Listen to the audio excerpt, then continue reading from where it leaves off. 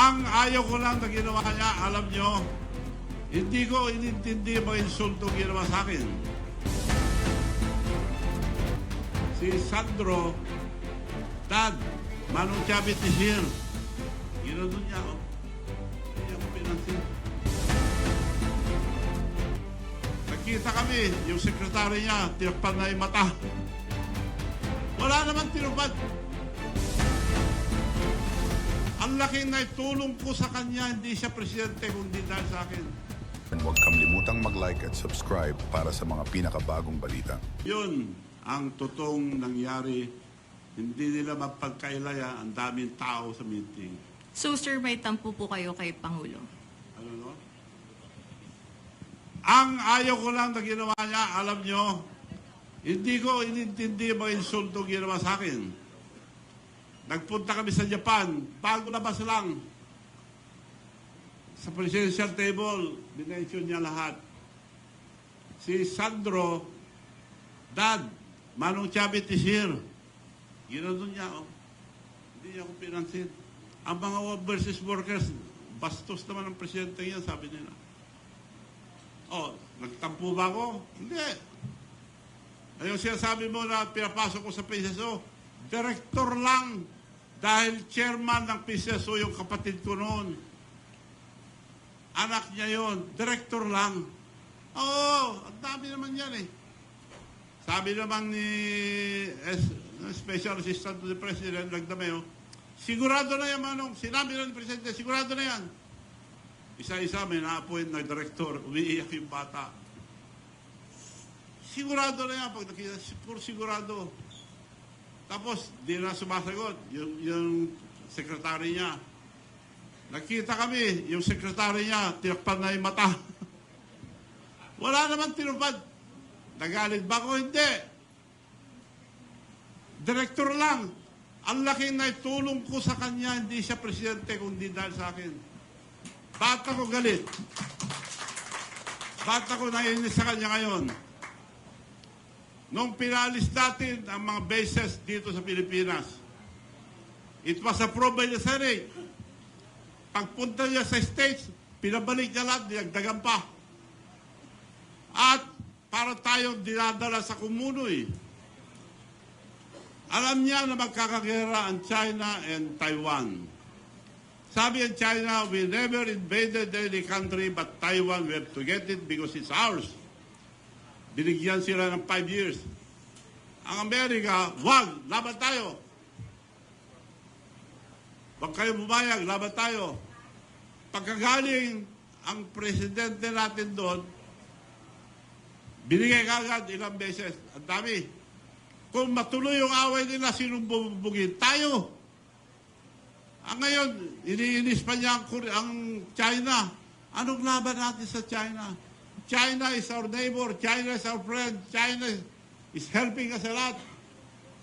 Mabuti nga, tubig lang kinakanyon nila eh.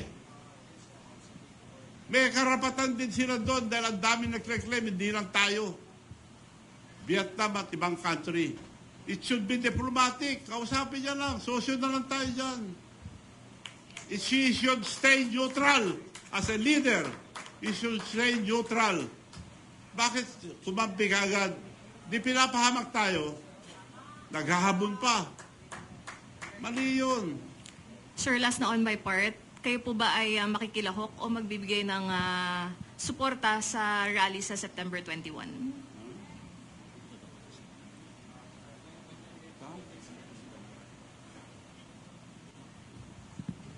Hindi, dahil ba nagpaparali yung mga iba, mga party list eh, politician din sila eh. Dapat yung mga kabataan lang, suportahan natin. Alright. Pero kung may mga politician at mga party list, hindi pwede. Para sa akin lang. Thank you po. Magandang hapon po, Elijah Bonzo from Billionaire News Channel.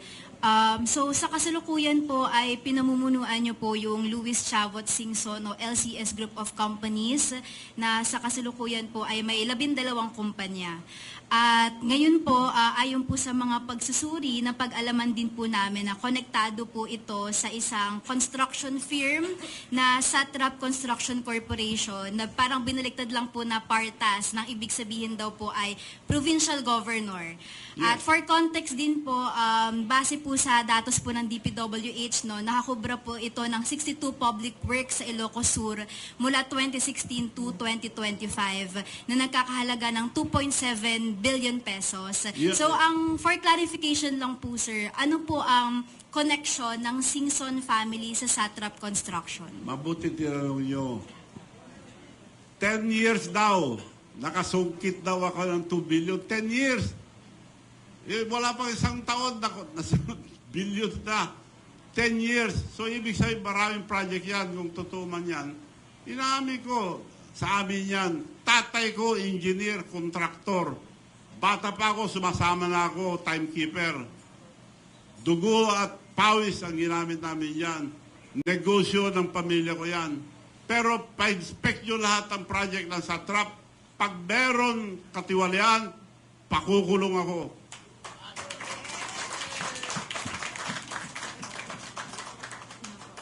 Okay, thank you po. Balikan ko lang po yung tanong. You've mentioned kanina na mga kabataan talaga yung mangunguna sa revolusyon ngayong magkakaroon sila ng rally by September 21. Pero paano po yung mga kabataan, sir? We know naman po na marami na ngayon yung infiltrated po ng mga leftist organization. Kumbaga nagrarally sila, hindi naman about corruption, kundi about Dutertes. So paano ito, sir? Mahaluan ba yung layunin natin na hustisya? Mababago ba ito under Marcos government po? Hindi, magano muna sila bawat eskwelahan. Bawat eskwelahan magprotesta. Tumayo sila bawat eskwelahan. Then mag-usap-usap sila, pagkita-kita sa isang lugar, minsanan lang. Hindi yung araw-araw na nakakawawa ang mga kabataan.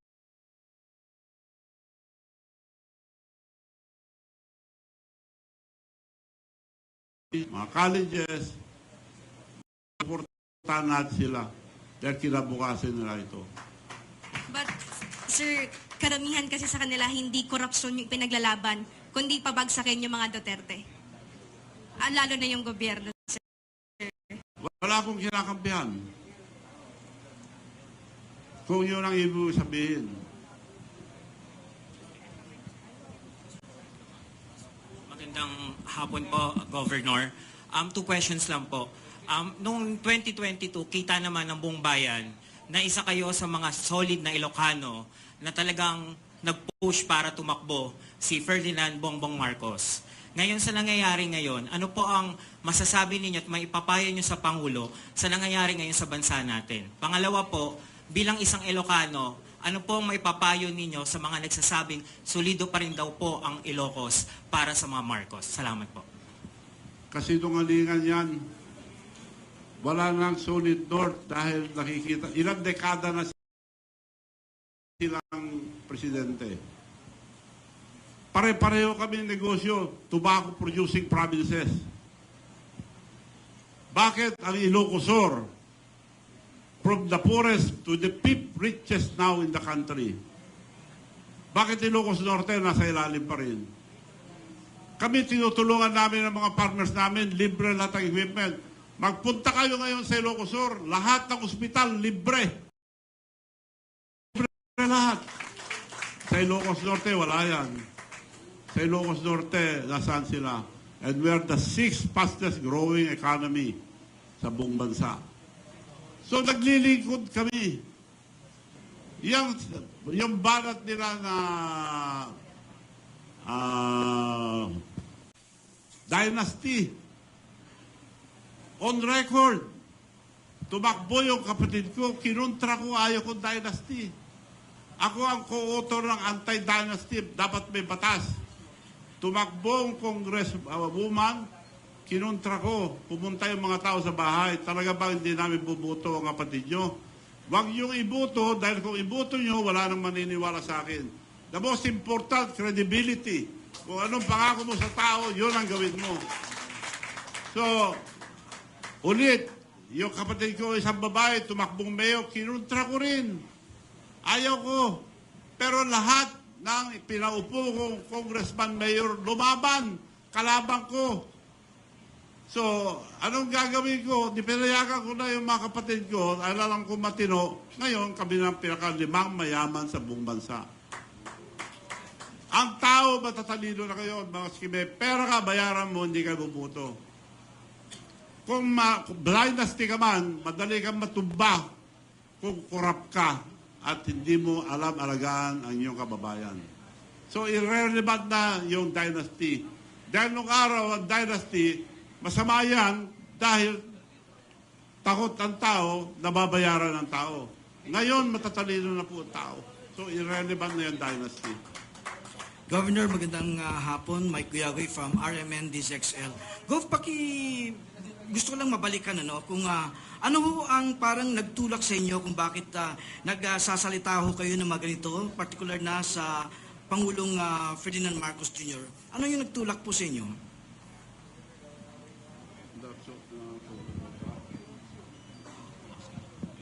Yun nga, paghamon-hamon niya sa China, dapat diplomatic.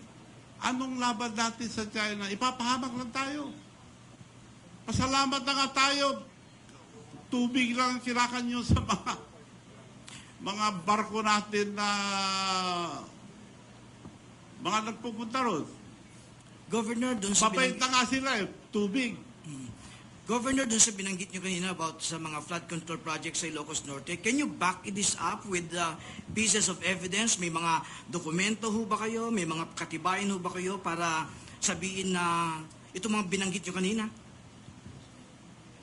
May nagsabi na sa akin, kaya sinasuggest ko sa mga ICI, Independent Commission on Infrastructure, unahin ang Ilocos Norte.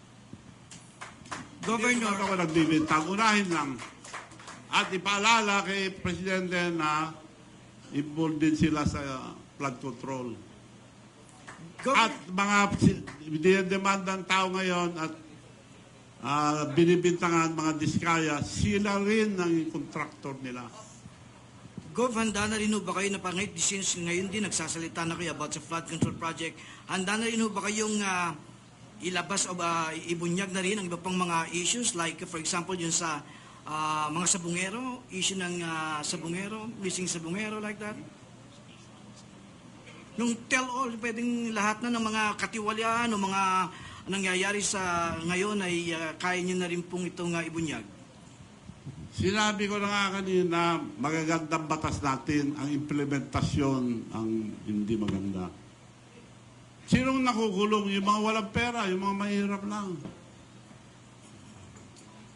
Nakaparking fee nga. Ako nga, nagdemanda 10 taon na, hindi pa umakyat sa Busman. Nakaparking fee. Nasubukan ko na, hindi ko lang sasabihin kayo, nasubukan ko na nag-testify sa Busman. Siguro sa susunod sabihin ko kung gaano ang sistema, mga justices natin. Thank you. Gov, good afternoon. Jopel Peleño po from DWIZ. Gov, naniniwala ho ba kayo na iimbestigahan ng ICI ang mismong lalawigan ng Pangulo o ang Region 1?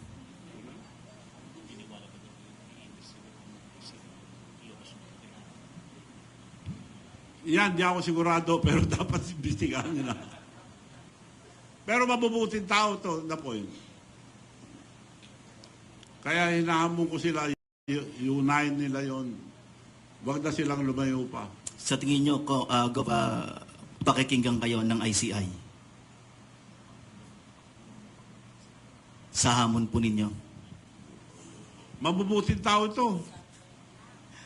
Dapat magbigay ng utos si Presidente para pumunta sila ron. Pero, Gov, lugar kasi ng Presidente, baka matakot sila. Ikaw na nagsabi nun, di ako. Ayun. Ano po yung mas paniniwalaan natin na resulta kung sakaling magkaroon na ng ah, recommendation itong Senate and ang ICI. Ano ang mas matimbang sa inyo? Ang Senate investigation o ang ICI? Senate or ICI?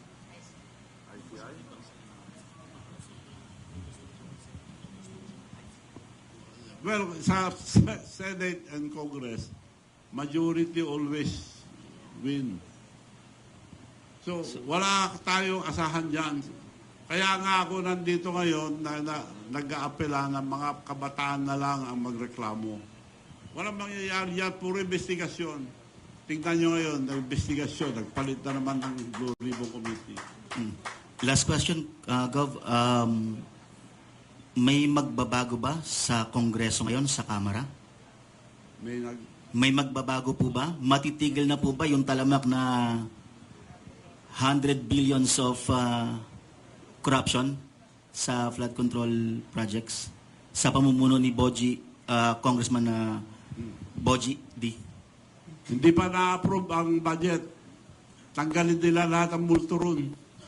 Dahil karamihan nakalagay sa budget, ghost project, tapos na. Kung hindi nila tatanggalin yung multo ron, nandun pa rin. Okay. Thank you, Gov. Gov, Joseph po from Manila Bulletin.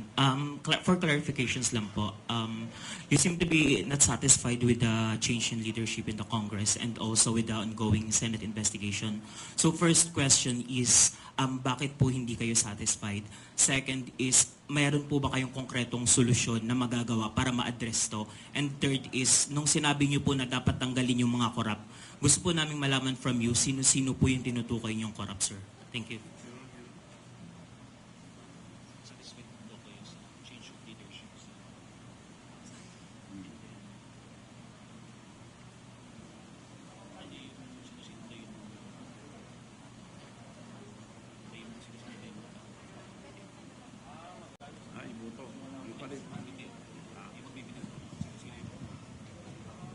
Kaya kako kanina, hindi na andar itong gobyerno ito. Palit. Mananawagan ako sa mga military, religious organization, mga negosyante, sila magbuo ang bagong gobyerno.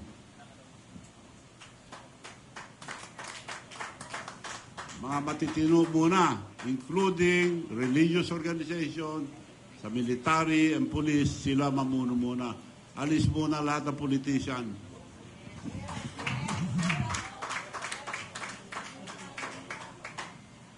Magandang araw po. Gwen Latoza from PCIJ.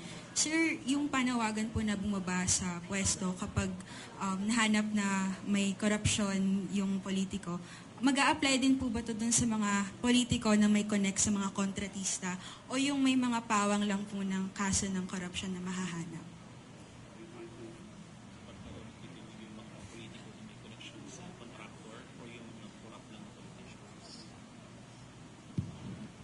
Kung may delikadesa sila,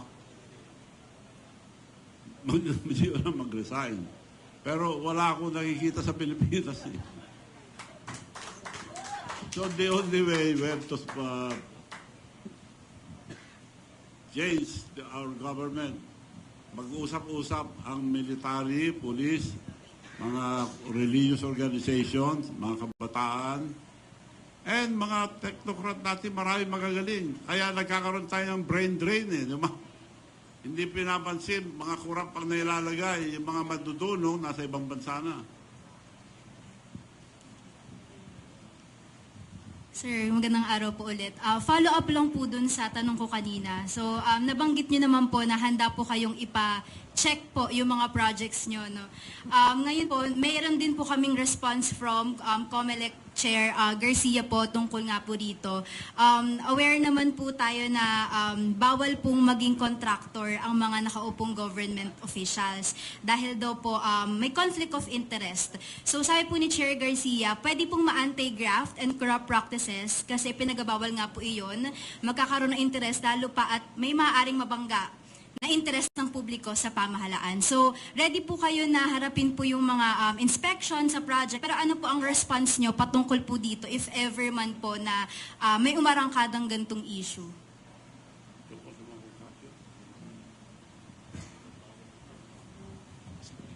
Oo, ang marami na-appoint na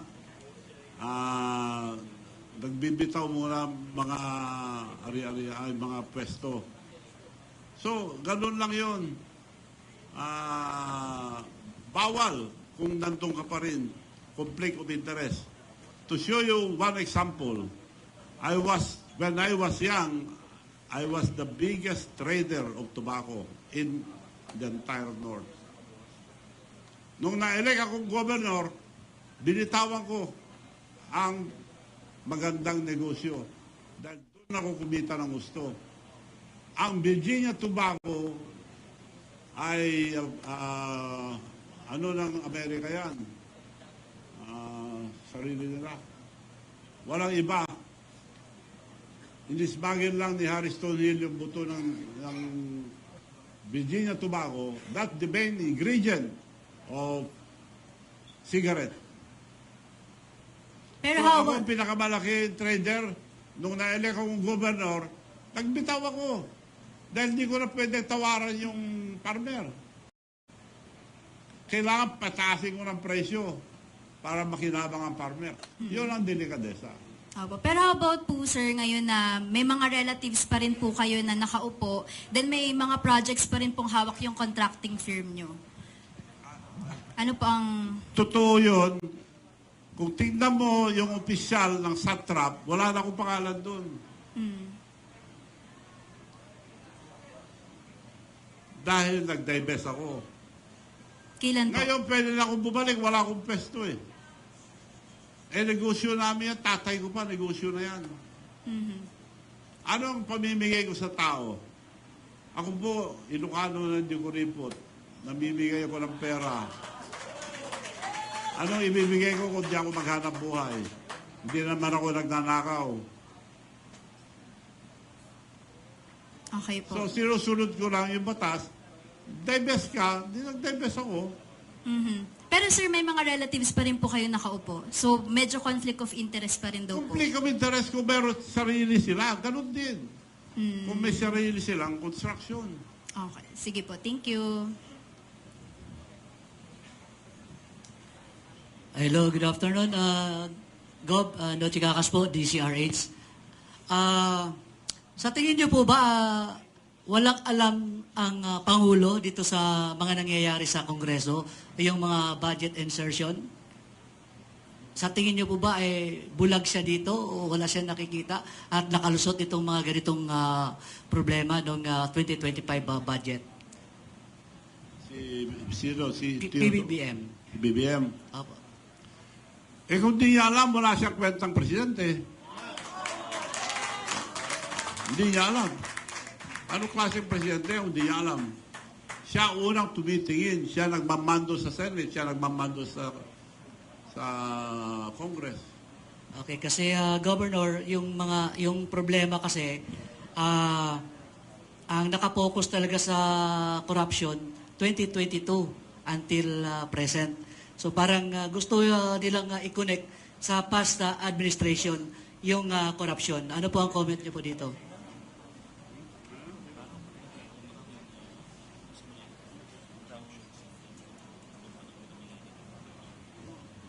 Lahat ng administrasyon may korupsyon eh. Bakit niya tinuloy? Bakit nila tinuloy? Kung totoo yung sinasabi niya, binibintangan niya yung mga past administration. Nung siya umupo, hininto na niya.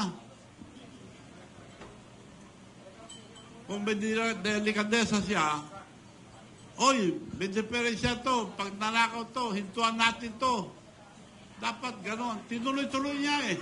3 taon na, sakala niya papansinin. Anong kwentang presidente yan? Hindi niya alam.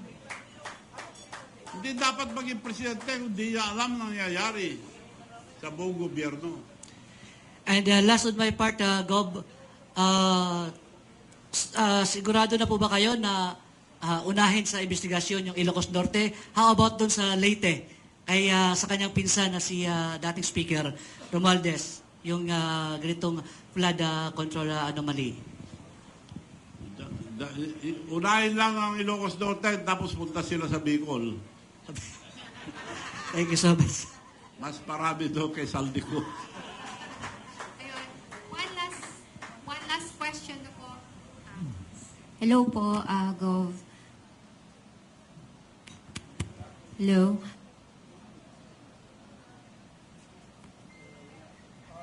Hello. Ayan. Ang question ko po, kung ang mga diskaya po ang may hawak ng ilang mga proyekto sa Ilocos Norte, sa tingin niyo po ba naisip ni Pangulo ito bago buksan ng flood control projects? At ito nga po rin po, ngayon po ay nag-a-attend po ako ng mga Senate hearings na susubaybayan ko po. Binigyan po ng DOJ ng pagkakataon na sumailalim sa witness protection ang mag-asawang diskaya. Sa tingin niyo po ba nanganganib ang kanilang buhay? Maaring magbago ang kanilang mga testimonya? At bakit pilit pinababanggit po ang 2016 previous po na? Sila ang pinakamadaling kumuha. Mahirap po. Nasa construction kami nung araw pa. Mahirap kumuha dahil bidding yan. Pero kung may connection ka, madali. Sila, ang lakas nila. So, ibig sabihin, may nagpro-protect sa kanila, may nagbibigay. Bali, magbabago po kaya ang kanilang testimonya po with the Senate hearings, itong mag-asawang diskaya po, dahil nasa ilalim na po ng DOJ. Kung bigyan sila ng protection, kailangan magsabi sila ng totoo. Hindi sila mamibili kung sinong binigyan nila. Nagpangalan nga, ilan lang. Ang dami nilang proyekto, dapat lahat. So sa tingin niyo po, selective po ang sinasabi ng mag-asawa dahil hindi po nila naibabanggit ang Ilocos Norte? Selective. Salamat. Yun lang gusto nilang sabihin. Kaya hindi dapat protektahan kung gano'n ang sistema.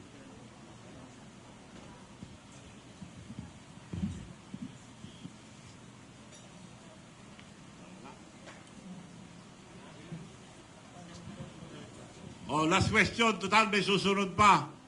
May naantay lang akong mga ibang ebidensya. Oh.